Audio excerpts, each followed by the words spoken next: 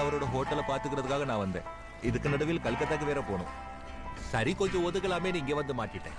நான் நிம்மதியா தேனியில் தான் இருந்தேன். பேர் முத்தையா.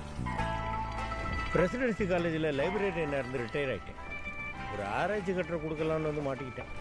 30 வருஷமா இதே ஊரில் தான் இருந்தேன். இன்னும் விளங்காத போய் ஊர். விளங்காத ஊரா? ஆக மொத்தம் இங்கே யாருமே மெட்ராஸ்காரன் கிடையாது. நியாயமா பார்த்தா நானும் எங்கள் ஆயா மட்டும்தான் மெட்ராஸ்காரங்க. குமரா, நானும் மெட்ராஸ் தான். கொசப்பேட்டை பக்கத்தில் மயிலாப்பூர் பூர்வீகம். இது சும்மா ஒரு பேச்சுக்காக சொன்னோம்ப்பா. வாழ வச்ச ஊருங்கிறத நாங்கள் மறந்துடுவோமா? மேரா தேஷ் கொஞ்சம் மதராசி. நயனா, உங்களுக்கெல்லாம் மெட்ராஸ் ஊருகா மாதிரி, எங்களுக்கு சாப்பாடே அதுதான். எவ்வளோ பேர் வந்து குண்டு போட்டு போனாலும் கடைசி வரைக்கும் அந்த மண்ணு தான் எங்களுக்கு சொர்க்க பூமி. புரியுதுங்களா?